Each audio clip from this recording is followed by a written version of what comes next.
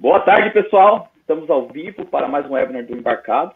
Então, o Vitor aí perguntou se já começou. Acabamos de começar. E hoje nós trazemos aí um assunto muito bacana com o Neymar Marques Duarte, que é FI da Maquinica. Tá? E vai ser um conteúdo muito interessante aí para vocês aproveitarem. O Neymar tem uma bagagem muito boa aí que vai trazer aí, compartilhar com a gente aí durante esse webinar, tá?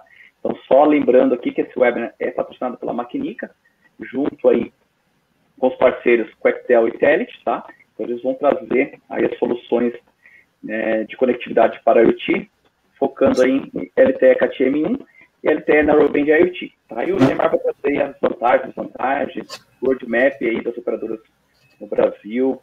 Vai ser um assunto bem bacana mesmo. Então, só para garantir que vocês estão ouvindo bem, se vocês puderem aí colocar a cidade, estado de onde vocês estão assistindo o webinar, só para a gente ter uma interação aí e ver que está tudo rodando bem antes de a gente passar a bola aí pro Neymar. Ruído do microfone. Tá. Talvez o microfone está alto, mas vamos lá, vamos ver se seu ruído diminui aí. Eu vou desligar meu microfone daqui a pouco. O Neymar ele já fez um webinar aqui sobre a Expressif, tá? Então eu vou deixar para vocês os links. Ele trouxe um assunto bem interessante aqui também da Maquinica, né? Esse webinar. Ele mostrou aí a solução da Expressif, focando bastante no ESP32. Vou deixar o link para vocês. Para quem não assistiu, vale a pena dar uma olhada nesse webinar, que é um conteúdo técnico muito bom. Vocês podem usar como complemento aqui desse webinar, tá? Então é isso, pessoal. Vamos começar. Eu vou chamar aqui a sala o Neymar Duarte. Boa tarde, Neymar. Tudo bem? Boa tarde. Tudo bem? Boa tarde a todo mundo aí que está assistindo. Obrigado pela presença. Obrigado por tirar um tempinho aí para estar com a gente e podermos conversar um pouquinho aí sobre essa tecnologia tão nova, tão legal, que é tecnologia de Low Power Wide Area, que é um negócio que está nas mídias aí, IoT. Obrigado pela oportunidade. Nós agradecemos a sua presença, tá? A parceria com a Maquinica, trazer esse conteúdo. E eu já comentei aqui para o pessoal, durante os nossos testes aí, eu já tive umas aulas particulares contigo. E com certeza o pessoal vai receber um ótimo conteúdo. Então, pessoal, aproveitem, fiquem à vontade aí para enviar as perguntas no chat. A gente vai separar um tempinho aí no final para responder a todos. E é isso aí. Então, vamos lá, Neymar. Fiquem à vontade aí para a apresentação. Eu fico aqui no background aqui, qualquer coisa a gente vai conversando. Tá bom. Me avisa aí se tiver algum problema de som, se tiver ruído, alguma coisa assim, como a gente tinha testado aí no começo. Vou falar bem perto do microfone. Tá bom a qualidade do som? Tá boa? Tá perfeito, tá ótimo. Isso aí. Tá bom. Bom, gente, hoje a gente vai falar um pouquinho sobre conexões usando a rede celular 4G, focado em soluções de low power wide area. Nós vamos falar um pouquinho rapidamente sobre a Maquinica, discutir algumas opções de low power wide area, né, disponíveis. Na verdade, começar falando sobre algumas conexões disponíveis para IoT, mais usadas hoje. Depois falar um pouquinho sobre LoRa e Sigfox, que são as duas tecnologias provavelmente concorrentes mais próximas aí do que a gente vai apresentar sobre LTE. Falar um pouquinho sobre celular. A gente vai ver uns mastodontes aí, uns celulares antigões, para entender um pouquinho de onde nós viemos, qual é a nossa história e para onde a gente está indo. Então, 0G, 1G, 2G, 3G, 4G, falar um pouquinho rapidamente sobre 5G e depois focar realmente nos conceitos do 4G, do LTE, Long Term Evolution, utilizados para implementar uma rede de baixo consumo, de dispositivos de baixo consumo usando o celular. Para quem está acostumado, por exemplo, com tecnologias mais antigas, em 2G, para fazer uma conexão, a gente tinha picos de consumo de 2 amperes. Para você colocar um equipamento consumindo picos de 2 amperes numa bateria é praticamente inviável. O que foi feito aí no sistema para permitir que a gente consiga uma redução de consumo que torne os equipamentos compatíveis com aplicações onde a bateria tem que ter duração de uma vida útil aí de 5 a 10 anos? Falar um pouquinho depois sobre os dois padrões mais usados hoje no mundo, o CAT-M, CAT-M1 e M2, e o NB-IoT 1 e 2. Falar um pouquinho depois sobre qual é o status das redes de IoT no Brasil, o que as operadoras estão fazendo, o que elas estão lançando, e quando a gente vai realmente conseguir ter esse tipo de serviço disponível, digamos, na nossa casa, no nossa cidade ou na área que eu pretendo implantar um sistema novo. Falar um pouquinho depois sobre dois parceiros, duas empresas que nós fornecemos as soluções deles, que são a Quectel e a Telit. Os dois têm módulos de IoT. Finalizar fazendo algumas recomendações breves sobre o que você deve pensar na hora que você estiver fazendo um produto usando Narrowband ou CAT-M1 e conclusão. Basicamente é isso. Então, sem mais delongas, a Maquinica DHW, ela é uma empresa sediada em Florianópolis, mas ela é parte de uma empresa maior que é a Maquinica. A Maquinica hoje é o 5º maior distribuidor de componentes do mundo, é o primeiro no Japão, faturamento ano passado na ordem de 6 bilhões de dólares, e ela está presente em vários países. Ela está presente no Japão, na Ásia praticamente inteira, Coreia, vários escritórios e várias empresas na China, Alemanha, Estados Unidos, e no Brasil nós somos o braço brasileiro. Essa é uma foto aí do prédio lá em Florianópolis. Hoje nós temos aproximadamente 27 pessoas trabalhando. A sede fica em Florianópolis, tem uma pessoa, um escritório em São Paulo, onde tem 6 pessoas trabalhando, e uma pessoa em Porto Alegre, em home office. Bom, quais são as opções que nós temos de conexão para IoT disponíveis hoje? A gente pode dividi-las em três categorias aí. Wide Range, ou Low Power Wide Area, que seria LoRa e Sigfox, hoje são as duas tecnologias mais difundidas nessa categoria. Short Range, por Short Range entende-se desde NFC, Near Field Communication, que você tem um alcance de 10 centímetros, você tem que praticamente colar um celular no outro. Bluetooth, dependendo da versão e da taxa, você consegue até 30 metros de conexão sem nenhum tipo de artifício, sem nenhuma antena especial. RFID é muito, apesar de normalmente a conexão não ser bidirecional, é muito utilizado para você, por exemplo, entrada em estacionamento, passagem em pedágio, e o alcance desse cara é de 25 metros. 6LoWPAN, você tem várias implementações com alcances variados, dependendo principalmente da faixa de frequência que você usa. Wi-Fi, para a maioria das aplicações, ele tem aí 20, 30 metros de alcance, apesar de que em algumas sob condições especiais, se vocês entrarem no YouTube, por exemplo, vocês vão ver gente fazendo conexões de 20 km ou mais, utilizando antenas de alto ganho, direcionalidade da antena, etc. Zigbee, de 10 a 100 metros, permite fazer uma rede mesh, com isso você acaba realmente conseguindo abranger uma área muito maior. E, finalmente, a gente tem o Z-Wave, que permite aí você ter uma conexão até 100 metros. É uma tecnologia que não é muito difundida até agora. E, finalmente, as duas tecnologias que nós vamos focar nessa apresentação, que são a parte de Low Power Wide Area Network, baseado em tecnologia celular. Então, nós temos aí basicamente duas versões. LTE CAT-M, M vem de Machine, e LTE CAT-NB IoT, Narrowband IoT. Tem duas versões, uma foi lançada pelo release 3 da norma 3GPP, e a segunda, o NB2, foi lançada pela release 14, a gente vai falar um pouquinho mais a fundo sobre elas. Para começar, vamos fazer uma análise rápida sobre LoRa e Sigfox, que são as duas tecnologias concorrentes mais próximas aí em termos de alcance, estão instaladas praticamente hoje no Brasil inteiro, etc. LoRa foi patenteado pela Centec em 2012, tipo de modulação, Chirp Spread Spectrum, você tem uma variação contínua de frequência, um chirp, e você define o range, a frequência mínima e a máxima que vão ser moduladas, e a duração desse chirp. Quanto mais tempo durar o chirp, menor a taxa de transferência você consegue. Em compensação, normalmente maior o alcance, menor a chance que um determinado ruído tem de interferir na sua comunicação. Você configura o spread, ou seja, a variação e o range de frequências em que esse chip vai ser gerado no registrador que tem 12 níveis, 5 níveis, de 7 até 12, 6 níveis na verdade, 7 até 12. E ele permite você usar até 10 canais distintos para transmissão. A potência de transmissão, ela varia entre mais 14 e mais 30 dBm, ou seja, eu posso configurá-la desde 25 mW até 1 watt. Sendo que, para alguns países, por exemplo, na Europa, o limite máximo é 22 ou 23 dBm, ou seja, 200 miliwatts, você não pode usar 30 dBm e 1 watt de saída.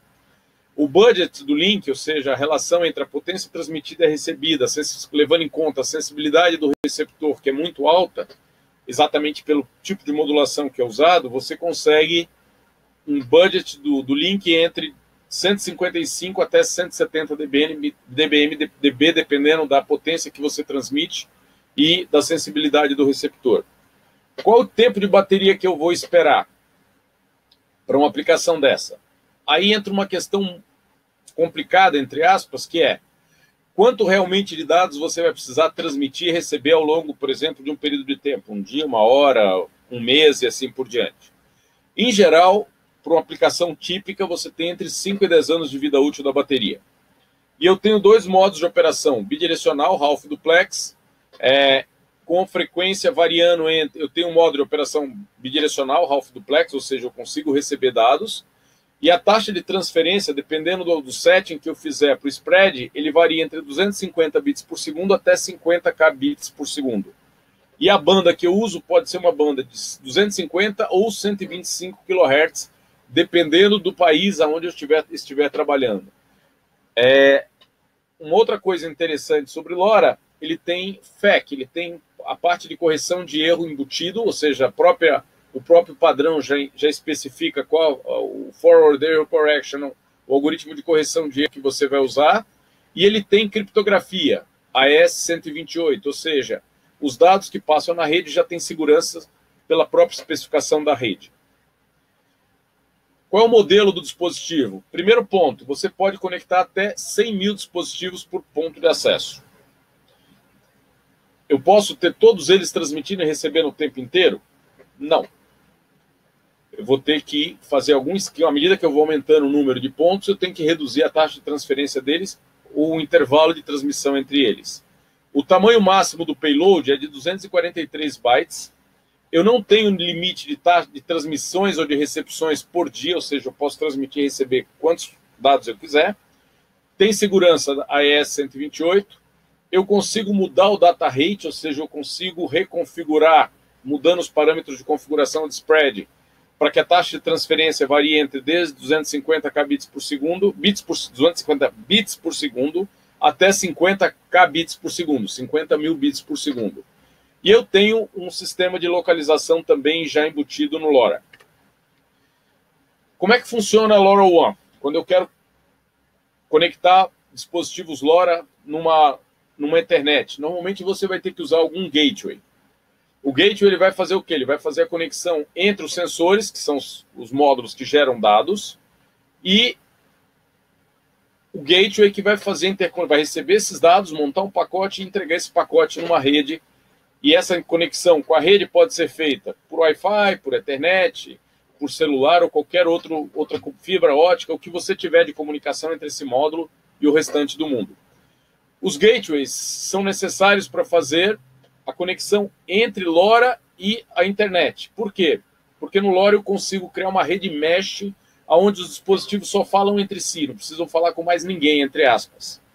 Então, dependendo da aplicação, por exemplo, sensores para um sistema de alarme de uma casa. Se você utilizar a LoRa, não preciso ter um gateway para a internet. Eu posso permitir só que os dispositivos se falem entre si, troquem informação e está resolvido o meu problema. E o mais legal, eu consigo fazer conexão usando uma rede mesh, onde o alcance é bem maior, a área de abrangência é bem maior. E eu posso ter um sistema misto, onde eu tenho rede mesh mais um gateway. Os gateways são implementados em uma arquitetura diferente dos nós, e eles precisam de usar um processador, um DSP mais robusto, com menores restrições de consumo de potência do que os sensores. Ou seja, normalmente o gateway fica ligado à tomada. E, finalmente, o gateway ele pode ser proprietário, ou seja, eu posso comprar um gateway e montar minha própria rede. Eu não dependo de serviço público, de um operador público que me proveja esse serviço. No Brasil, quem hoje está provendo serviço de LoRa aberto ao público, entre aspas, é a American Tower. Vantagens do LoRa. Ele é muito bom quando você tem uma aplicação, por exemplo, para um único prédio. Então, dentro de um prédio, perfeito. Áreas densamente populadas, principalmente com um monte de prédio, um monte de casa no meio, o LoRa é muito bom, ele vai baixar a taxa de transferência, mas ele consegue fazer uma conexão numa distância grande. Você pode criar sua própria rede, usando seus próprios, você compra e usa os seus próprios gateways. Essa é uma vantagem interessante do LoRa. Você não depende do serviço público, você pode criar sua própria rede, você é o dono do que está acontecendo ali. LoRa é bom quando você precisa de transferência bidirecional. A taxa não é muito alta, mas você tem transferência bidirecional. É possível implementar atualização over the air por LoRa? É, desde que você não tenha pacotes muito grandes para serem transmitidos ou recebidos. Senão o tempo que você vai gastar para transmitir ou receber, para atualizar o teu sistema, vai ser grande. LoRa funciona bem também com dispositivos, sistemas em movimento. Por ele usar uma frequência variável, ele usar um chirp, quando você está num carro, num automóvel, ou mesmo num helicóptero, numa velocidade não muito alta, ele continua funcionando bem. Então, ele funciona muito bem, por exemplo, para você fazer o track de coisas que estão se movendo, seja numa área fechada, de um carro, coisa parecida. E uma outra vantagem do LoRa é, ele tem, normalmente os dispositivos LoRa têm uma vida útil da bateria maior do que 4G. Isso não é absolutamente verdade. Por quê? Pela taxa de transferência do LoRa ser muito baixa, dependendo da quantidade de dados que eu tenho para transmitir, às vezes o sistema fica mais eficiente se, numa rede de CAT-M1, por exemplo, que transfere dados até 1 megabit por segundo, eu transfiro o pacote de dados e volto a dormir, eu gasto menos energia por byte transmitido do que no LoRa. Mas, de modo geral, para volumes de dados menores, o LoRa é mais eficiente do que uma rede 4G. Contras do LoRa. Primeiro, a taxa de transferência é bem baixa comparada com CAT, com NB-IoT e com CAT-M1. Uma segunda desvantagem é a latência. A latência do LoRa é bem maior do que NB-IoT e CAT-M1. Se você quiser implementar o sistema LoRa, você precisa de um gateway para falar com o mundo externo, pode ser proprietário ou não. E hoje no Brasil, dos 3 sistemas, ele é o que tem a menor cobertura, hoje é o LoRa, apesar de que a American Tower está implementando e está crescendo a implantação dela, da rede LoRa no Brasil. Sigfox. Então, a interface do Sigfox, ela usa uma modulação tipo BPSK, um Phase Shift Keying com 2 valores, Bipolar Phase Shift Keying, numa banda ultra estreita. Ela só modula um tom de 100 Hz. O alcance dela, isso aí varia bastante, quando você entra nos sites, cada um fala uma coisa, mas o número mais próximo que eu encontrei é para área urbana entre 3 e 10 km e para área rural entre 30 e 50 km. Ele permite localização através de triangulação, você precisa ter mais de uma estação, um gateway LoRa conectado com aquele módulo para ele receber informação de triangulação. E o range de potência dele só permite 2 valores, 14 ou 22 dBm, ou seja, 25 ou 159 miliwatts. Dependendo da região, ele não permite, por exemplo, usar 22 dBm. Na Europa, que eu lembro, é só 14. Vida útil da bateria. Pelo consumo menor, pela potência menor, pelo data rate menor, etc., a bateria normalmente dura mais tempo, entre 10 e 20 anos. E eu tenho a conexão Half Duplex, mas muito limitada, a gente vai ver por quê na próxima parte do slide. A taxa máxima de transferência é 100 bits por segundo de upload e 100 bits por segundo de download. Ele também suporta até 100 mil dispositivos por ponto de acesso. O payload é de 12 bytes para upload e de 8 bytes apenas para download. E o número de mensagens por dia que você pode transferir, lembrando que a rede Sigfox é uma rede proprietária, você não consegue montar a sua própria rede, é de 140 transmissões e 4 recepções por dia. Isso pode realmente ser uma limitante para o uso do Sigfox. Um outro detalhe ele não tem nenhuma segurança. Não tem data rate adaptativo e localização ele só faz por triangulação usando múltiplas estações como referência. LoRa Sigfox One, Wide Area Network. Errei aqui, depois eu corrijo isso aí. Os sensores eles geram os dados para o sistema. O sensor deve estar conectado diretamente com a rede Sigfox, ou seja, eu não tenho como criar uma rede mesh de Sigfox. Cada nó, cada sensor, ele tem que ter conexão direta com o meu sistema, com a minha rede. O Sigfox no Brasil, o serviço do Sigfox é provido hoje pela WND Brasil, e eu não tenho opção hoje de implementar a minha própria rede Sigfox. Eu dependo dos serviços dessa operadora para ter o serviço funcionando.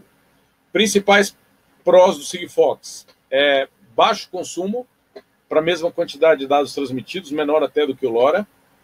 Boa opção quando a aplicação precisa de transmissões pouco frequentes, ou seja, eu vou ficar a maior parte do tempo dormindo. Ele é uma ótima alternativa. E uma única antena cobre uma área muito grande. Como o alcance dele, tanto na cidade quanto no campo, é maior do que LoRa, você usa menos antenas. A operadora precisa instalar menos antenas para você cobrir a mesma área. Principais contras: primeiro, dificuldade de mobilidade.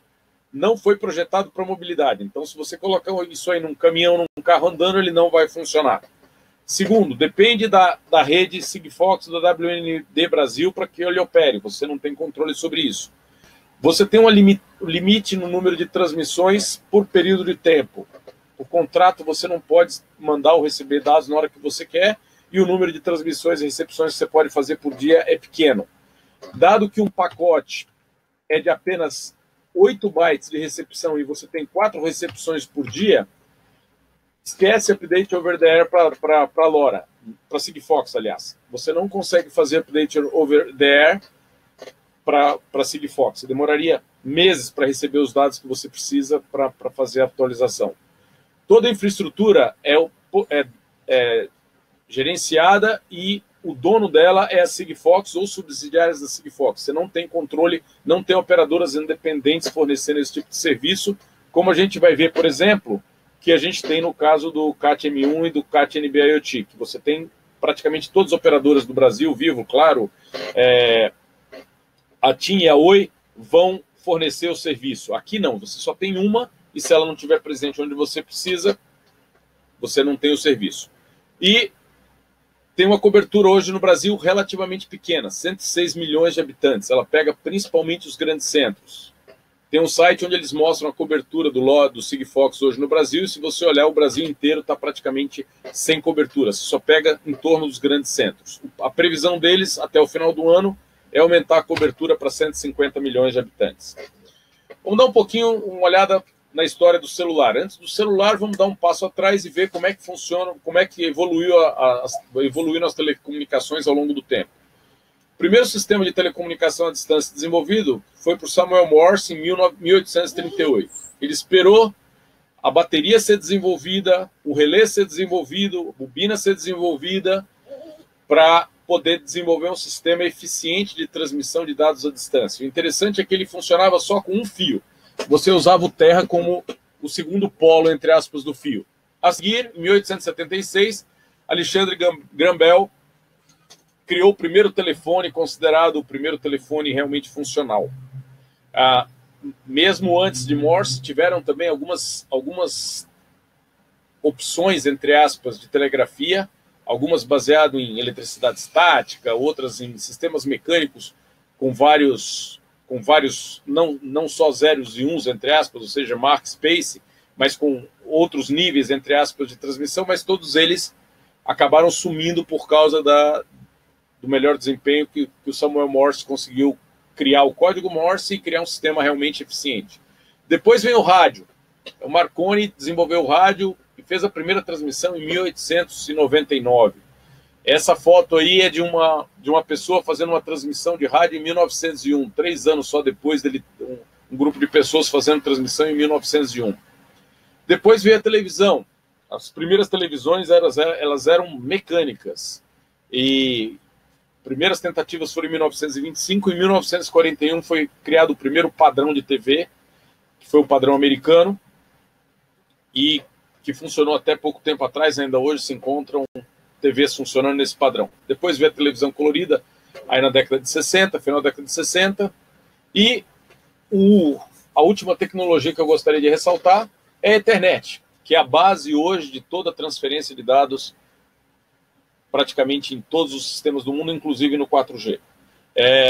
Ele foi desenvolvido pela Xerox em 1973 e virou um padrão de fato e começou a ser usado em 1984.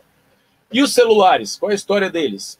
Então, antes de 1982, por incrível que pareça, existiram vários sistemas de rádio, inclusive o primeiro que começou a funcionar foi em 1946. E era um sistema de rádio a válvula e que precisava de um operador, ou seja, uma pessoa que conectava uma chamada que você fazia para um determinado ramal, para você falar com uma determinada pessoa num telefone fixo. Funcionava só dentro de uma área central das grandes cidades, não tinha nenhum padrão, e ele foi evoluindo com o tempo. Em 1982 surgiu o primeiro aparelho celular com capacidade de mobilidade, ou seja, você podia mudar de uma célula para outra quando surgiu o 1G aí, a primeira geração de celular. O primeiro dispositivo foi o Mobira Senator, ele pesava aí 22 libras, em torno de 10, 11 quilos, e custava a bagatela de $6.200. Em 1983, a Motorola entrou na concorrência e lançou o Dynatec 8000X. Ele custava quase a metade do preço, $3.995, pesava só 1 quilo e a bateria dele durava 1 hora. Aquele senhor ali do lado foi o senhor que coordenou o desenvolvimento desse primeiro celular. A seguir veio a Mobira, lançou o Mobira Cityman. Era um cara de 10 libras, 5 quilos, pesava 6.100 dólares, basicamente o mesmo preço do Mobira Senator, mas a bateria durava 14 horas. Em 1989, a Motorola lançou o MicroTAC, que foi a primeira geração aí de celulares realmente portáteis. Pesava 350 gramas, a bateria durava 1 hora em uso. O display era de LED e custava em torno de $2.500. A Nokia lançou o primeiro aparelho de 2G, entre aspas, que já suportava SMS e MMS, Multimedia Message System. A bateria durava 12 horas e custava só $1.000. A StarTAC foi o primeiro aparelho dobrável, custava $1.000, lançou em 1996. A Nokia lançou o 5110, que foi provavelmente uma das 2G, o aparelho mais vendido, foram mais de 140 milhões de unidades no mundo. E o primeiro que tinha game, o Game Snake, a cobrinha, e modem. Você conseguia fazer conexão à internet, conexão de dados através desse aparelho. BlackBerry, o primeiro BlackBerry comercial maiorzinho foi o BlackBerry 5810 em 2002. Depois a Motorola lançou o StarTAC, que foi um aparelho também de bastante sucesso, pesava só 100 gramas, era pequenininho, dobrável. O primeiro smartphone, o conceito de smartphone, foi o Prada, o LG Prada. Foi o primeiro aparelho com touch. Não rodava Android, rodava um sistema proprietário, mas ele já tinha touch. Depois, em 2007, a Apple lançou o iPhone, a primeira versão de iPhone. Em 2011, a Samsung entra com o Galaxy, o primeiro rodando Android. E aí depois a gente tem Apple. Hoje nós temos aí os últimos lançamentos, tem o Galaxy 10, o Apple XR e assim por diante, são todos aparelhos 4G de última geração. E em termos de tecnologia, 0G, pré-celular, só suportava voz, não tinha um padrão único. 1G, suportava voz só no sistema analógico, ele suportava dados até 2.4 kbps por segundo, modulando em som. Tiveram 2 padrões que pegaram bem, foram o NMT, Nordic Mobile Telephony, e o AMPS, que foi o padrão que pegou, entre aspas, no Brasil. E, por incrível que pareça, na Rússia, até pelo menos 2018, havia ainda algumas regiões que tinham suporte ao padrão NMT funcionando na Rússia. 2G foi o primeiro padrão totalmente digital. Ele usa o GSM, Global System for Mobile Communications, suportava SMS e MMS, taxa de transferência, usando GPRS até 50 kbps por segundo, 2G original, 2,5G usava GPR até 50 kbps por segundo, e o Edge, a versão mais nova, vai até 1 megabit por segundo. O 2G ainda está em operação no Brasil, mas ele já está sendo descontinuado e desativado no mundo. No Japão, em 2010, eles descontinuaram a rede 2G, a Coreia em 2011, Singapura em 2017, a AT&T descontinuou o serviço dela em 2017, a Verizon nos Estados Unidos vai desligar a rede 2G esse ano, E ano que vem a T-Mobile também vai deixar de fornecer o serviço, os Estados Unidos não vai ter mais suporte a 2G. 3G é um sistema também totalmente digital, tem dois padrões, o MTS e MT, terceira geração Third Generation Partnership Project, 3GPP, é o padrão que rege, e ele suporta 2 megabits por segundo estacionário, 380K num veículo usando HSPA, que é usando a versão original. Numa segunda geração, chamada 3,5G, ele passou a usar um esquema de modulação usando, ao invés de QPSK, QAM64. E nesse caso, você consegue taxas de download de 5.70, de download de 14.4 e de upload de 5.76 megabits por segundo. Depois ele evoluiu para HSPA+, com beamforming e MIMO, múltiplas antenas direcionando o sinal para uma determinada posição. Nesse sistema você consegue o HSPA+, você consegue chegar a 42 megabits por segundo.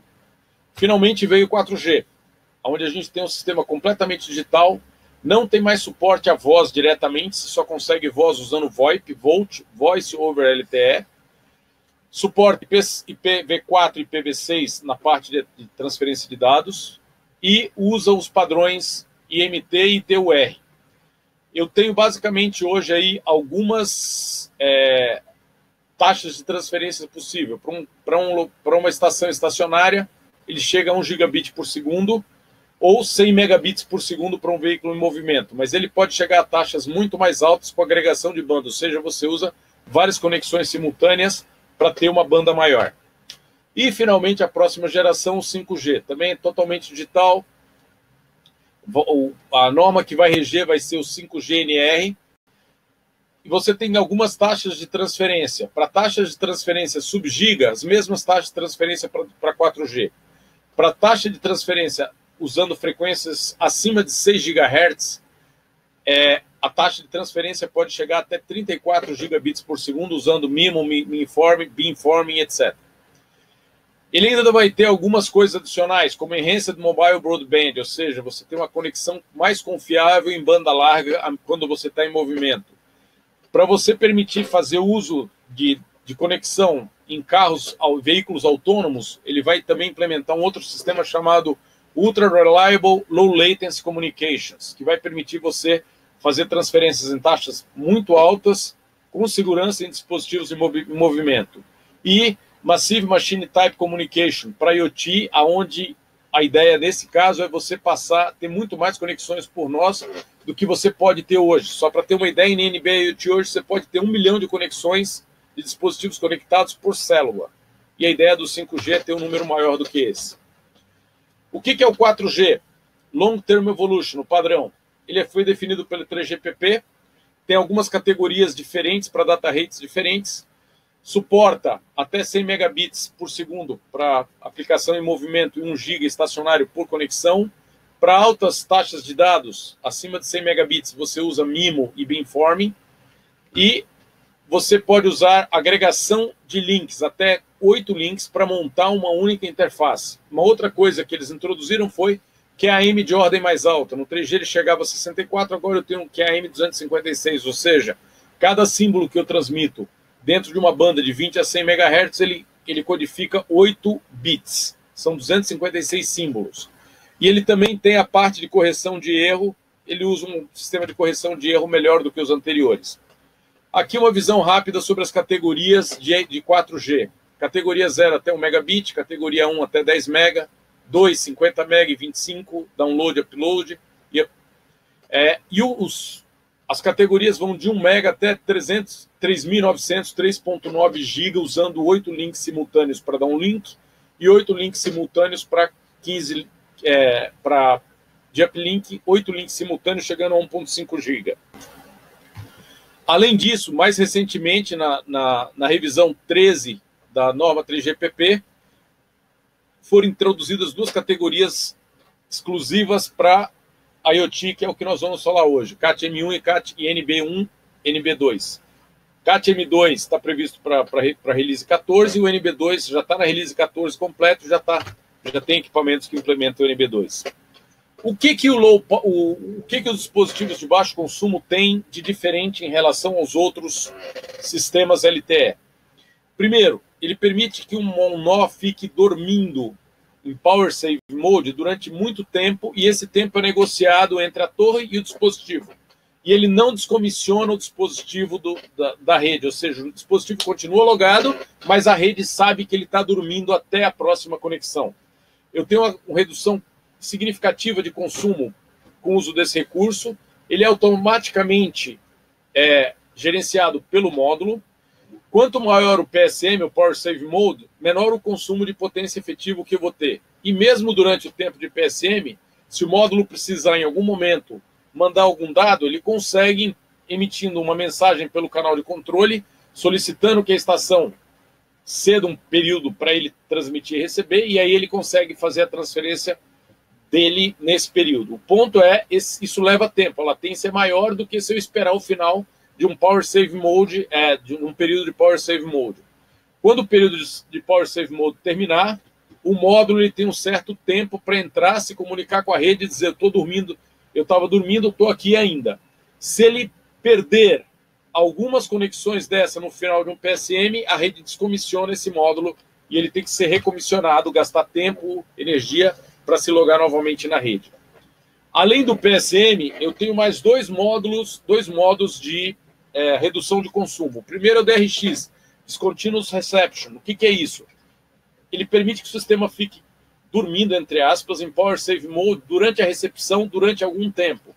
Então ele começou a receber dado, ele não vai receber aquele dado de forma contínua. Ele vai receber durante algum tempo, ele dorme. A rede avisa para ele quando ele pode dormir, ele dorme.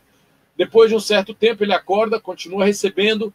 Isso permite que o módulo, por exemplo, processe entre dois pacotes recebidos, ou entre dois conjuntos de dados recebidos, ele tenha tempo para processar esse pacote e possa usar uma frequência de operação mais baixa para esse processamento do que se ele tivesse que processar todo o pacote quando ele chegasse. É um conceito disponível desde do 2G, e que permite que a estação transmita para os módulos durante intervalos de tempo menor, salvando assim energia do módulo que está recebendo. E no caso do 4G, CAT-M1 e CAT-NB-IoT, foi introduzido um novo conceito, que é Extended Discontinuous Reception.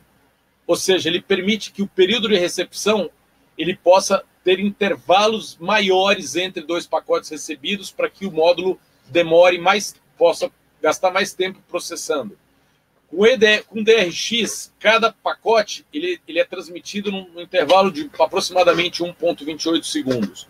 No EDRX, ele permite a inserção de tempos de idle de até 5,12 segundos entre recepções consecutivas. A gente vai ver um gráfico disso aí já para entender melhor essa parte.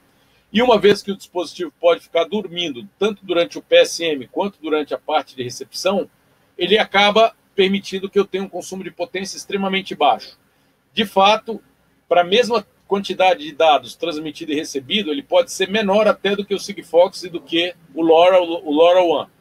Tudo depende de quanto de tempo você vai transmitir e receber. Bom, esse é o modo de operação normal do LTE. Então, no primeiro momento, eu tenho um intervalo onde eu vou transmitir os meus dados e depois o sistema fica transmitindo para mim os dados, que são essas faixas verdes com RX em cima, e entre elas eu posso, entre aspas, dormir. Isso é o padrão LTE normal. Nos padrões low power, o que eu vou ter agora? Eu vou ter um período em que eu tenho que entrar em contato com a torre de transmissão e eu tenho alguns ciclos de recepção. Depois disso, é negociado um Power Save Mode, onde o módulo pode entrar em Deep Sleep e gastar vários segundos, na verdade até várias horas, até ele poder acordar e transmitir o próximo pacote. Durante esse período, a torre não vai ficar ouvindo esse módulo no canal normal de transmissão e recepção. Para eu conseguir falar com a estação radiobase, eu preciso usar um canal de serviço para avisar que eu quero mandar um dado. Qual é o intervalo de PSM? Até 310 horas. Ou seja, eu transmito um dado agora e eu posso ficar até 310 horas dormindo. Depois eu tenho um novo ciclo onde eu transmito e volto a receber. E o que é o EDRX, Extended Idle Time? Eu transmito o dado, recebo o dado e depois eu negocio um intervalo para a próxima recepção, e nesse intervalo eu posso dormir, eu não preciso ficar ouvindo a torre o tempo todo, porque a recepção também consome potência. Quais são esses tempos? Entre dois pacotes de recepção, eu posso especificar um período entre 20,48 segundos até 2,94 segundos. E dentro da janela de recepção, o intervalo entre a recepção de dois pacotes é de 5,2 segundos, ao invés de 1,8, como é o caso do LTE normal. Características dos dois padrões. Então, agora vamos falar um pouquinho sobre os dois padrões que nós temos disponíveis hoje de Low Power Wide Area para celular. O primeiro é o LTE Cat M1. Foi definido pelo 3GPP Release 13, permite mobilidade. O que quer dizer isso? Eu posso me comissionar numa célula e sair andando pela rede, que automaticamente eu vou me conectando a outras células. Não é tão automático assim, eu preciso pedir para a próxima célula para que ela me aceite, mas é muito mais simples do que o NB1, por exemplo, onde eu preciso me descomissionar de uma célula e me comissionar na outra, que gasta energia para que eu faça a mudança de célula. Que modulação é usada? QPSK. A potência de transmissão disponível, as potências de transmissões permitidas são 20 dBm e 23 dBm, ou seja, 100 e 199 miliwatts de transmissão, 200 miliwatts praticamente. Ele me permite taxa de transferências de até 1 megabit por segundo. Essa taxa de transferência é teórica máxima, mas bem teórica e bem máxima. Na verdade, você pode esperar 300 kbps de downlink e 375 de uplink no modo half duplex. Suporta tanto o modo half duplex quanto full duplex. No half duplex eu uso a mesma frequência para transmitir, para receber eu tenho que ficar quieto, entre aspas, na recepção. No modo full duplex eu transmito e recebo em canais diferentes. Ele é um sistema SISO, single antena, ou seja, eu tenho uma única antena para transmitir e receber. No LTE eu tenho modos que permitem até 2, 4 antenas, dependendo do caso. Bateria, ela dura entre 5 e 10 anos, depende do meu modo de operação, de quantos dados eu vou mandar e receber, e do intervalo entre as transmissão e recepção. E foi o primeiro sistema suportado no Brasil. Hoje você já tem uma rede grande da Claro, por exemplo, que suporta Cat M1. Tempos de latência esperados, 10 a 15 milissegundos é o teórico mínimo, um tempo típico de latência entre 50 e 100 milissegundos. E suporta voz usando Volt. Por quê? Porque a taxa de transferência dele é acima de 64 kbps por segundo, que é a banda necessária para Volt, com compressão leal EMI. Se eu usar compressões maiores, essa taxa cai para 13 kbps por segundo, 11 kbps por segundo. Frequências suportadas. Aqui está a lista das frequências suportadas das bandas LTE suportadas. De B1, 2100 MHz, suporta, por exemplo, a B28, 700 MHz, e no futuro vai suportar a banda 31, 450 MHz, uma banda que permite um alcance bem maior. LTE Cat NB1, definido pelo 3GPP, ele só suporta transferência no modo idle, modo reselection, ou seja, eu entro no modo idle e me logo numa outra rede. Eu tenho que me descomissionar de uma célula para me comissionar na próxima para fazer a mudança de célula. Não é automático. A banda usada é de 180 kHz apenas em QPSK, e uma coisa interessante essa banda de 180K ela pode ficar dentro de bandas válidas 3GPP ou fora, no intervalo entre dois ranges de frequência válidos. Potência de transmissão 100 e 199 miliwatts, 20 ou 23 dBm. O NB2 suporta o modo de transmissão em 14 dBm, 25 miliwatts apenas. Taxa de transferência, máximo teórico até 226 kbps por segundo de uplink, e na média você vai normalmente no modo, você tem dois modos de operação, single tone e dual tone. No dual tone você faz a modulação QPSK em duas frequências diferentes. No single tone você vai ter o BPSK em um único tom, em uma única frequência. Então a taxa cai para 20 kbps por segundo. E as taxas de transferência são de downlink, menor do que 100 kbps por segundo, 27 kbps por segundo é um valor típico, e uplink menor do que 100 kbps por segundo ou 10 kbps por segundo, considerando o modo single tone, ou seja, eu vou ter na média entre 62,5 de uplink e 7 kbps por segundo típico de uplink. Por que o uplink é maior normalmente do que o downlink? Porque dispositivos IoT normalmente mandam mais dados do que recebem. Só suporta o modo half duplex, ou seja, eu transmito e recebo na mesma frequência, então eu não posso ficar transmitindo na hora que eu quero, recebendo na hora que a estação quiser mandar. Eu tenho os intervalos de transmissão e de recepção, e a bateria dura entre 7 e 10 anos. Ainda não está largamente disponível no Brasil, você já tem alguns pontos, a gente vai falar sobre isso daqui a pouquinho, que já tem suporte a NB1. E a latência esperada, entre 1,6 e 10 segundos. Posicionamento, ele suporta só via Cell ID. O ID da célula, você tem uma ideia de onde você se encontra. Uma coisa importante você tem uma latência bem grande. Então, se você está pensando em usar CAT NB1, por exemplo, para algum tipo de conexão que precise de latência baixa, essa não é uma boa solução. Frequências suportadas são as mesmas do CAT M1, CAT NB2, basicamente tudo igual em relação ao CAT M1, com poucas diferenças. Primeiro, a potência de transmissão tem uma nova potência, que é 14 dBm, além da de 20 e 23, ou seja, eu tenho a opção de transmitir só em 25 megabits por segundo. Taxa de transferência, no máximo 282 kbits por segundo de downlink e uplink, e no modo singletone 20 kbits igual ao outro. Suporta só o modo half duplex. Tempo de vida da bateria, mais de 10 anos. Uma outra coisa que foi modificada eu tenho agora 2 modos novos, OTDOA e EICD, aliás, para me dar o posicionamento do NB2. Já existem no Brasil algumas áreas rodando com NB2. No NB2, as bandas 31 já estão, a banda 31, 450 MHz, e a banda 70 foram incluídos no hall das bandas disponíveis, além de algumas bandas, banda 11, banda 13, banda 25, 21 e 25 foram incluídos, que não estavam nas bandas suportadas pelo NB1. Como é que está essa parte no Brasil hoje? A parte de NB-IoT por parte das operadoras. Então, primeiro, a Claro hoje é provavelmente a operadora com maior cobertura de CAT M1 e NB-IoT.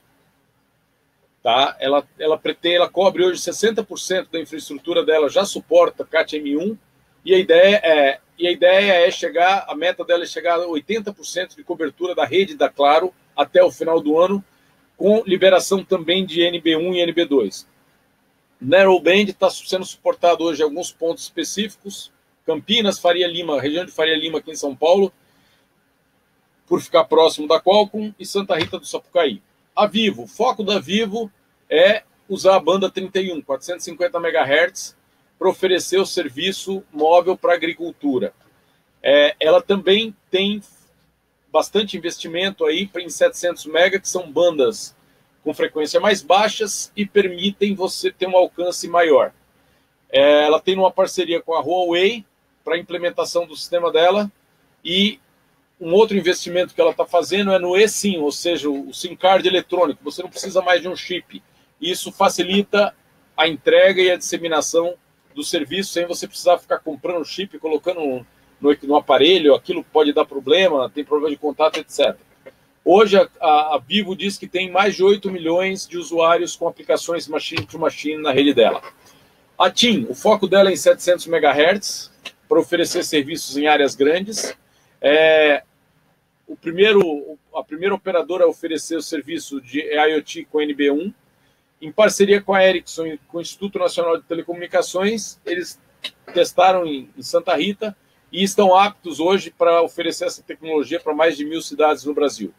E a TIM também é que está mais adiantada na oferta de serviço de Voice over LTE, permitindo que num dispositivo CAT M1 você tenha voz.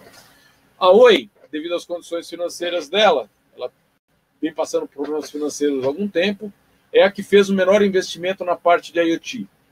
Ela não comprou, por exemplo, a banda B28, banda 700 MHz da Anatel, mas ela está testando hoje 450 MB em um site piloto. Bom, para finalizar, vamos falar um pouquinho sobre os produtos que nós temos aí para essas duas tecnologias. Então, a Quectel é uma empresa fundada em Xangai em 2010, é um dos maiores, é o número 1, tem 3 fábricas na China, uma fábrica no Brasil, 30 escritórios ao redor do mundo, mais de 400 empregados. Hoje ela é o número 5 mundial e uma das coisas interessantes dela ela tem praticamente contato aí com os grandes fabricantes, tanto de tecnologia, MediaTek, Qualcomm, Intel, etc., quanto com as operadoras. Está localizada aí hoje, tem escritórios praticamente no mundo inteiro. E esse é o roadmap da Quectel para Low Power Wide Area Modules. Tá? Então, o primeiro que ela lançou foi o BG96, BG96M.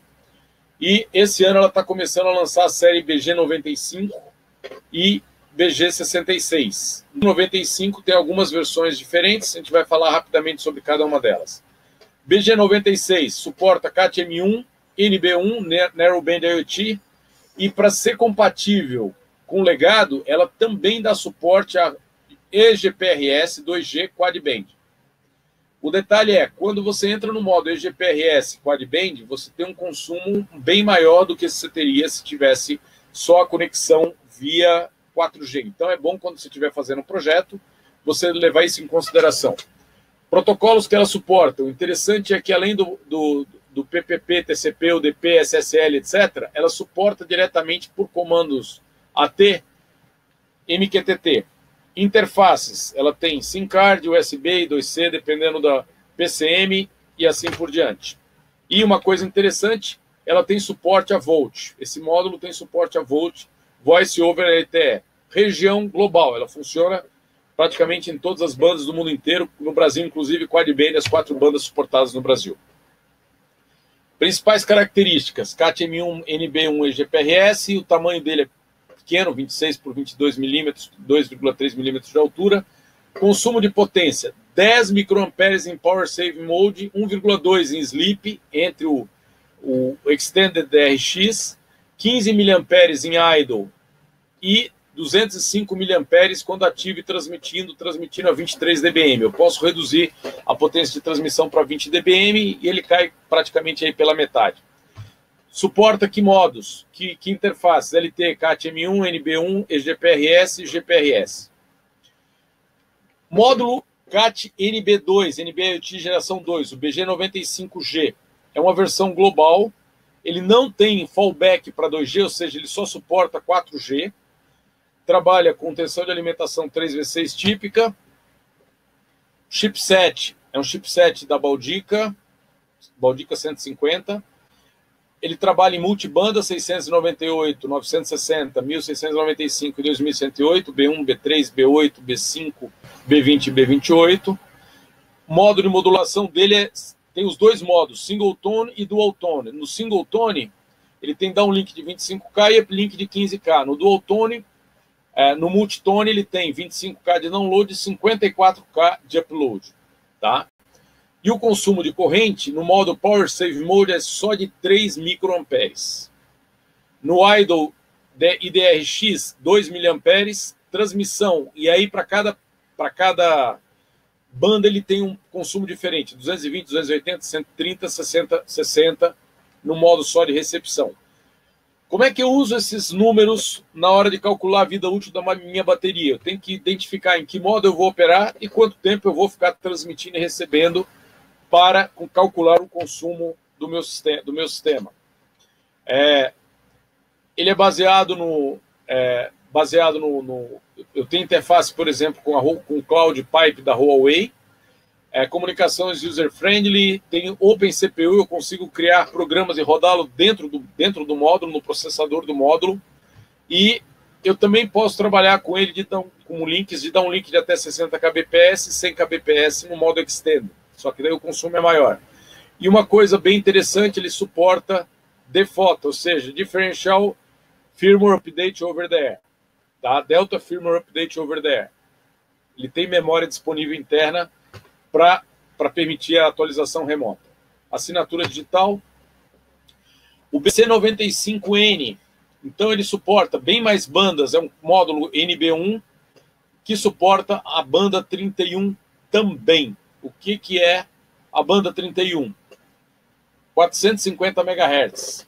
Tá? É um módulo que suporta banda 28, a banda 28 de 700 MB e a banda 31 de 450 MB. Tem um Cortex M4, e o interessante desses módulos da Coetel é, eu posso fazer um único footprint e soldar qualquer uma das versões deles. Eles são pino a pino e footprint compatível. O único cuidado que eu preciso tomar é deixar uma área ao redor do módulo um pouco maior para acomodar módulos que têm uma dimensão um pouquinho maior, uma dimensão um pouquinho menor. BC66 é um módulo menorzinho, só suporta NB1, não suporta fallback para 2G, e basicamente as mesmas características do BC95. A única diferença, a principal diferença dele é consumo 3.5 microamperes em Power Save Mode, EDRX o consumo é bem menor, 0.29 miliamperes, com DRX normal de 2.56 segundos entre pacotes de transmissão, enquanto ele está ouvindo, sobe para 0.20, 43 miliamperes, ou seja, menos de 1 miliampere, e no modo ativo ele consome apenas 110 miliamperes. Lembrando que ele só trabalha no modo NB1, Narrowband, não tem suporte a CAT-M1. E ele também suporta OpenCPU, ou seja, eu posso criar meus programas e rodar na CPU do módulo. Para quem quiser começar a desenvolver, tem uma série de kits já disponíveis, de kits de avaliação disponíveis, para você começar a fazer o seu projeto agora. Telit, nosso segundo fabricante, que também tem soluções NB-IoT. Então, tem 7 mil clientes ao redor do mundo, mais de 1.000 empregados, 9 centros de desenvolvimento, é uma companhia com 20 anos de experiência na parte de IoT e mais de 5 mil homens-hora de pesquisa e desenvolvimento investido nos módulos. O primeiro módulo que eu gostaria de destacar da Telit é o ML865C1. Tá? Ele é um módulo que suporta 4G e 2G. A versão EA, Europa e Latinoamérica, ele tem fallback para 2G, 1900, 1800, 850 e 900 MHz. E no 4G ele tem suporte a B3, B5, B8, B20 e B28. Então, é um módulo que já tem, já está funcionando e tem a segunda versão, que é a só Norte América, que já não tem fallback para 2G, porque nos Estados Unidos esse ano, mais tardar, começo do ano que vem, eles vão desligar qualquer suporte à infraestrutura 2G. Para nós aqui hoje, a melhor alternativa seria o ML865C1EA. Principais características. Trabalha no modo Half Duplex, suporta CAT-M1, NB1, NB-IoT versão 1, taxas de transferência em LTE CAT NB1, 22 de 21 kbps por segundo e 62,5 de uplink. No modo CAT M1, 375 de uplink no máximo, 300 de downlink. E no modo eGPRS, 296 kbps por segundo de downlink e 236 de uplink. Tensão de operação nominal, 3,8 volts. Módulo ME910C1. Uma vantagem desse módulo do ML865 é que você consegue implementá-lo numa placa dupla face. Pessoalmente, eu não recomendo, acho que placas para implementar, fazer implementação de sistemas com RF, principalmente com potência de transmissão um pouco mais alta, o ideal é você ter pelo menos um plano de terra chapado, mas esse módulo ele permite você fazer o desenvolvimento em dupla face, ele só tem pinos ao redor. O ME910 ele faz parte de uma família, nós vamos ver 2 módulos, inclusive ele é pino a pino compatível com outras versões da família E910, inclusive com taxas de transferência bem mais altas do que CAT-M1 e CAT-NB1. Para nós aqui, a melhor alternativa seria a versão australiana, que ela é compatível com o sistema brasileiro. Tá? Então ele suporta CAT-M1, NB-IoT e as 4 bandas brasileiras. Eu teria 2 alternativas para o Brasil, a versão AU ou a versão ME910C1WW, Worldwide. Essa ela cobre todas as bandas do mundo inteiro. Suporta 2G, as 4 bandas de 2G, 1900, 1800, 1850 e 900. E vai ser provavelmente, ele vai estar muito em breve, ele vai estar homologado no Brasil. A outra versão que ainda não pode ser homologada no Brasil é a P2, que além disso tudo ela tem o SIM-Wise, ou seja, eu posso implementar um SIM, um eSIM nele. Eu não preciso usar um cartão externo, eu posso simplesmente receber o código da operadora, gravar nele, e eu estou habilitando esse módulo sem a necessidade de SIM. O ME910C1, ele é um NB1, M1 NB1, categoria M1, categoria NB1 e fallback para 2G. Por que eu estou enfatizando tanto fallback para 2G? Porque muitas regiões do Brasil têm cobertura 2G, mas ainda não tem cobertura 4G. A Claro, por exemplo, promete que até o final do ano vai ter pelo menos 80% de toda a infraestrutura dela, todas as estações de radiobase, suportando CAT M1 pelo menos, CAT M1 e NB1. Mas é um processo lento e tem cidades do interior do Brasil que só tem 2G. Então, quando você tem esse fallback para 2G, a tua cobertura aumenta bastante. O ME910G1 é a versão global, tem duas versões, o WW1 e o WW. A diferença entre eles é basicamente a potência máxima de transmissão. No W1 ele vai até 20 dBm e no WW ele vai até 23 dBm de taxa de potência de transmissão. O WW também tem fallback para 2G e o W1 não tem. Para o Brasil, qual é o mais recomendado? Se você quiser ter maior cobertura, use a versão WW. Também suporta M1, CAT M1 e já suporta NB2, 200 kHz aí de banda. Tem taxa de uplink no NB1, no M1 de 1 megabit por segundo máximo, 365 megabits, 1 megabit de uplink, 360 de downlink na release 14, e o CAT NB2 tem 160 de downlink, de uplink e 120 de downlink. No modo GPRS, 210 kbps por segundo e 266K. Tensão nominal 3V8 e ele pode transmitir em 20 ou 23 dBm selecionável. E o último, e o interessante de todos esses 910 todos eles são pino a pino compatíveis entre si. Você pode começar o desenvolvimento com um e depois trocar por um outro. O NE910C1, eles têm só suporte a NB, Narrowband 1, não tem suporte a CAT M1. Não tem fallback para 2G. Tá? Ele trabalha com SIM de 1V8 e a tensão de alimentação dele é de 3V8. Taxa de transferência, uplink 20K, downlink 250 kbps por segundo. E o último, menorzinho de todos, é o módulo ME310G1. Ele é um módulo bem pequeno, 14 por 13 milímetros apenas, e a versão para o Brasil seria ME310G1WW, Worldwide. Então, eles cobrem as 4 bandas de 2G, todas as bandas de 4G, potência máxima de transmissão de 23 dBm e suporta M1 e NB2, Narrowband 2. Não suporta 2G. A versão W1, a versão W2 sim suporta 2G. A versão WW, aliás.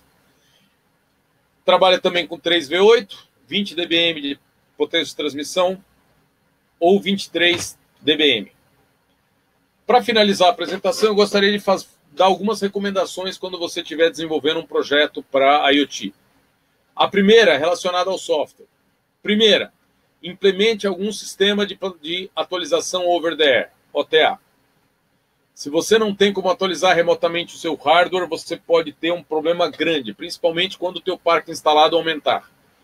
E você tem que considerar o seguinte na hora de você fazer a atualização over the air. Se você estiver usando um processador externo, se você está usando algum módulo que já tem a atualização over the air embutida, ele já tem algumas dessas coisas, dessas necessidades já estão implementadas nele.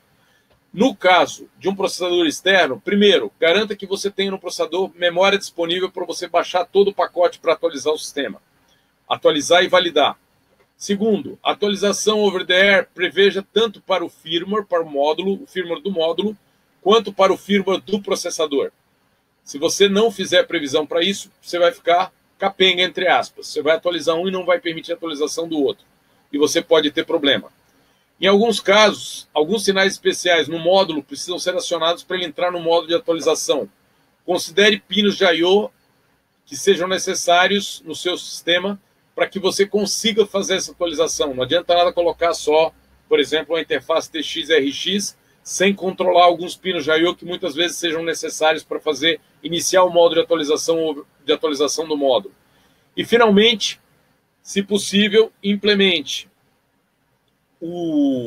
a atualização over the air, tanto para a parte de com validação da atualização over the air, ou seja, receber o pacote antes de atualizar, valide e garante que ele esteja funcionando. Um outro ponto importantíssimo é, garanta que você não tem interrupção de falta de potência, você tem uma bateria ou alguma coisa do tipo, durante a atualização. Porque se você interromper uma atualização, você pode deixar o módulo ou o teu processador não utilizável. E quando você estiver usando um processador externo e fazendo a implementação usando comando AT para acessar o sistema e para configurar um módulo, preveja alguma estrutura de dado que permita você no futuro fazer atualizações para outros módulos, etc.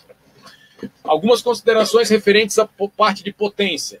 Primeiro, siga as recomendações do fabricante em relação às fontes de potência, as fontes de tensão, corrente, tensão, ripple. Segundo, desacople corretamente o seu dispositivo. Não adianta nada você colocar uma fonte legal se você não coloca capacitor suficiente.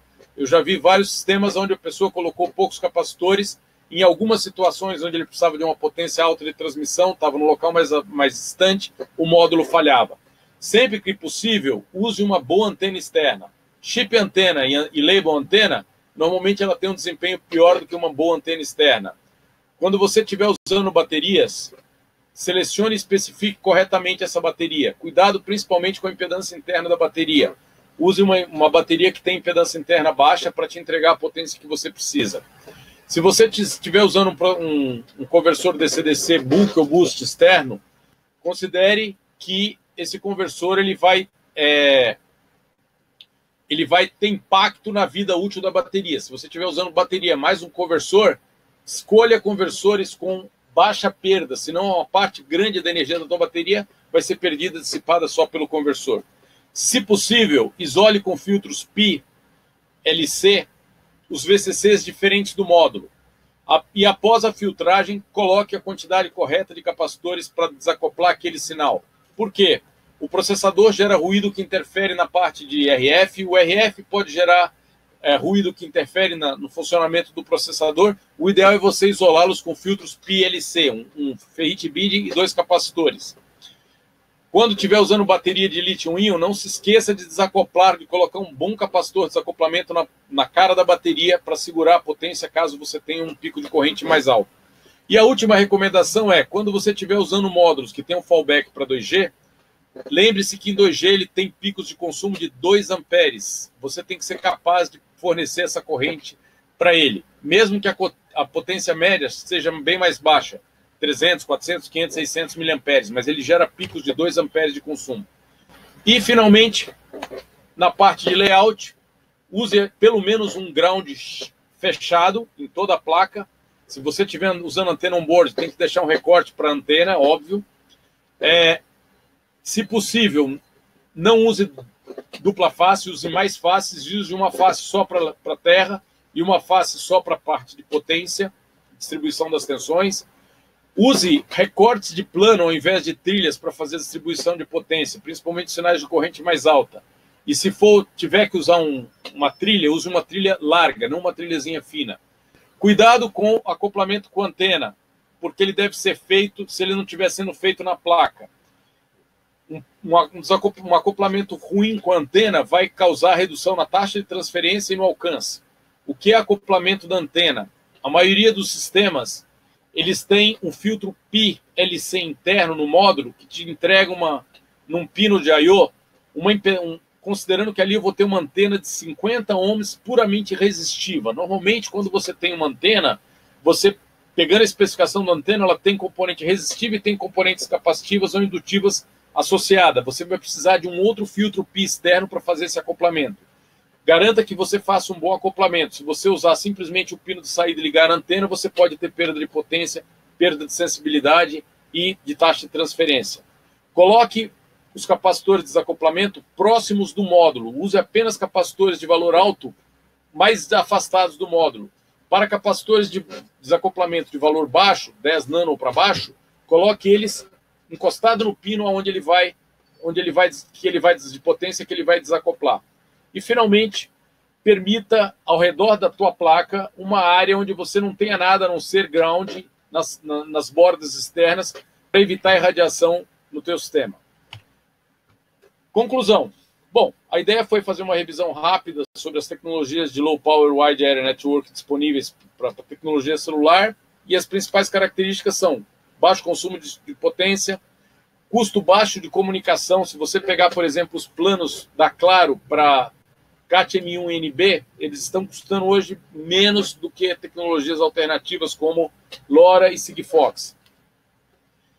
Quando você estiver desenvolvendo para CAT-M1, M2, NB-IoT, considere a atualização over the air, se possível. Você normalmente tem duas alternativas distintas, dependendo do budget de tensão que você tiver. É uma boa alternativa para você substituir módulos mais antigos 2G ou 3G. Novamente aqui, considere o uso de módulos, pelo menos por enquanto, com fallback para 2G, até no Brasil a gente tem uma cobertura suficiente.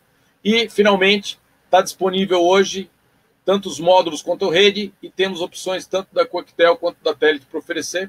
Qualquer dúvida, entre em contato conosco. Links úteis aqui no final. E um merchanzinho.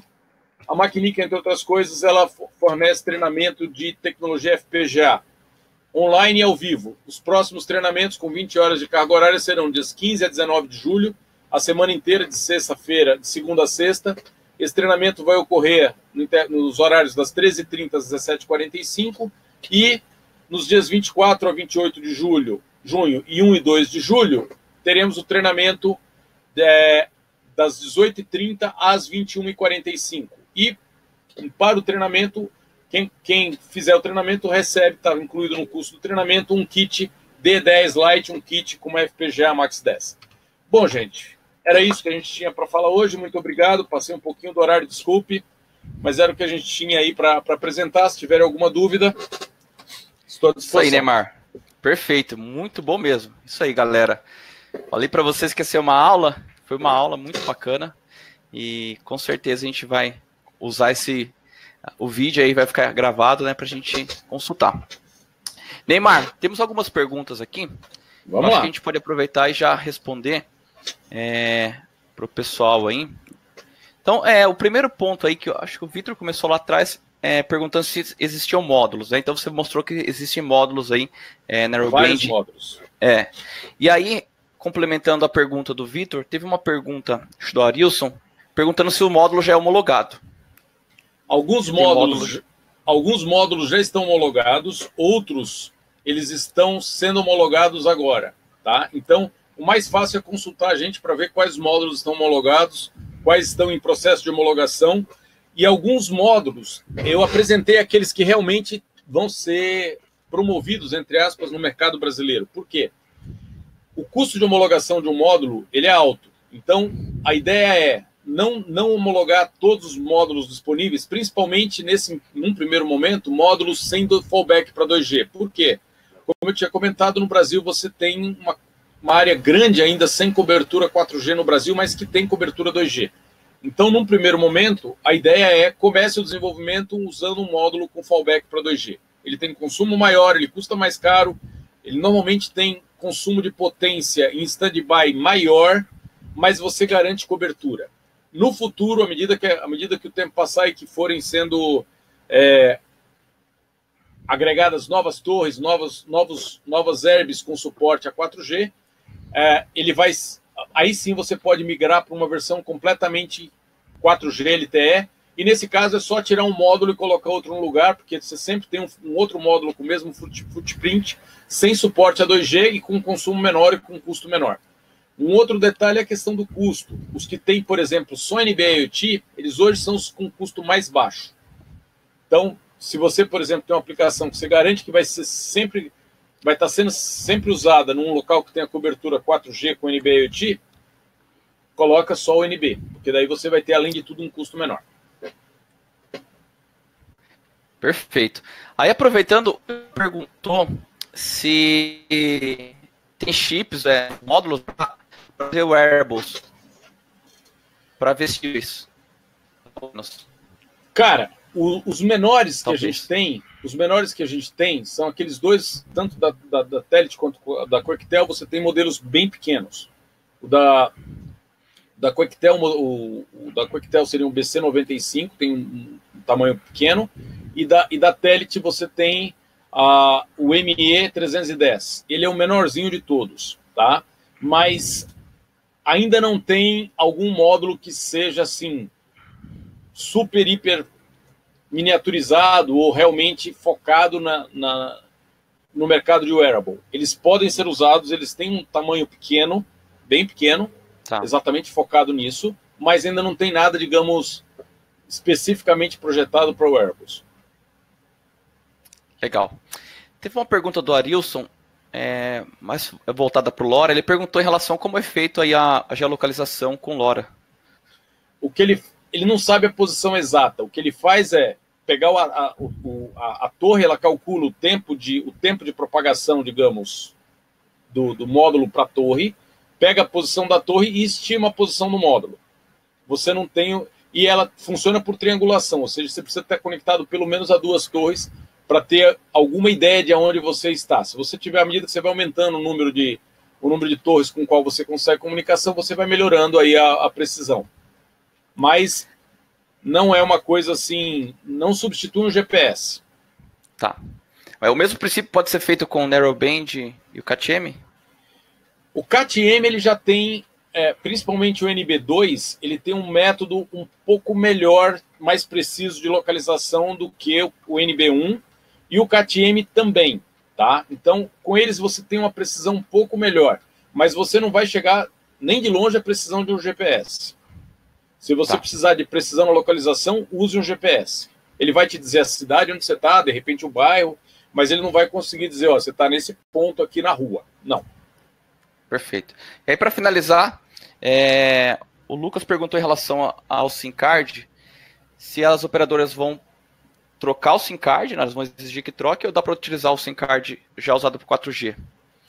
Bom, essa pergunta é mais complexa. Como é que está funcionando hoje? Se pega Claro, por exemplo, se você quiser testar a CAT-M1, você pode dar um vai que cola, ou seja, tenta se logar na rede CAT-M1 e ver se entra. Em São Paulo, praticamente todas as herbes hoje já estão funcionando o CAT-M1. NB, Narrowband, tanto o NB1 quanto o NB2, o número de torres autorizadas com suporte a NB1 e NB2 é pequeno, e nesse caso, o que você precisa fazer? Comprar um SIM card, entre em contato com a gente se você quiser testar, e a gente vai ter que, através do fabricante, seja Quectel ou Telit, pedir um registro desse SIM card na operadora para que eles habilitem o NB1 e NB2. Não é automático. Você precisa, entre aspas, ou de um SIM card especial ou de um SIM card que tenha sido habilitado pela operadora para você trabalhar no NB1 e NB2. Perfeito, eu acho que é isso. Só mais uma pergunta agora minha. Kits de desenvolvimento vocês fornecem também? Sim, nós temos kit de desenvolvimento das duas. Tá. O kit das duas, o conceito é sempre o mesmo, tá, gente? É uma placa base com USB, com fontes, interface serial, etc. E em cima você pluga um segundo módulo, que é o módulo específico do kit. Tá? Então, hoje nós já temos, por exemplo, do BG96, BG95, o ME910, já tem vários módulos, tanto de uma quanto de outro fabricante, nós já temos módulos disponíveis, tá? Então, o que ainda pega mais, entre aspas, no Brasil é a questão da cobertura da rede. A Claro, a previsão dela é que até o final do ano, mais de 80% da rede dela já tenha sido atualizada para suportar o CAT-M1 e CAT-M e NB, Narrowband. E essa é uma grande vantagem da tecnologia celular sobre LoRa e Sigfox. LoRa e Sigfox, eles precisam instalar uma rede proprietária. Eles não conseguem usar a infraestrutura de RF disponível hoje para fazer conexão com os módulos. Tanto o CAT-M1 quanto o NB-IoT é só você atualizar as herbes, as estações radiobase de celulares existentes, 4G, para você dar suporte a essa nova tecnologia. Então, a implantação dessa nova tecnologia, com certeza, vai ser muito mais rápido na rede 4G existente do que implantar uma rede totalmente nova. Tá? Maravilha. Perfeito, Neymar. Acho que é isso, foi excelente. Então fica o seu contato aí para o pessoal que tiver dúvida, tanto dúvida técnica quanto comercial. Você pode encaminhar aí para o pessoal da Maquinica, né, do comercial. Sim. E é isso. Só uma dúvida também minha. Dos treinamentos, você também realiza o treinamento da Maquinica, você é instrutor. Desse treinamento de FPGA em particular, não sou eu que estou dando. Eu dou treinamento de FPGA, mas normalmente eu pego os mais complicadinhos. Legal, mas isso aí. Esse aí quem está dando é o pessoal da Maquinica, esses 2 treinamentos, tá? É uma pessoa da Maquinica, mas ele também tem lá experiência na tecnologia, tá tudo certo. Bacana. Então é isso, pessoal. A gente agradece bastante a presença do Neymar, a Maquinica por apoiar e os seus parceiros Coquetel e Terit. E o webinar vai ficar gravado, então vocês podem rever. E tá o canal de comunicação com o Neymar, com a Maquinica, tá? Então é isso, Neymar. Muito obrigado, viu? Obrigado a todos aí pela paciência, por estar conectado até agora. Obrigadão, gente. Um bom restante de semana. Foi ótimo. Obrigado, pessoal.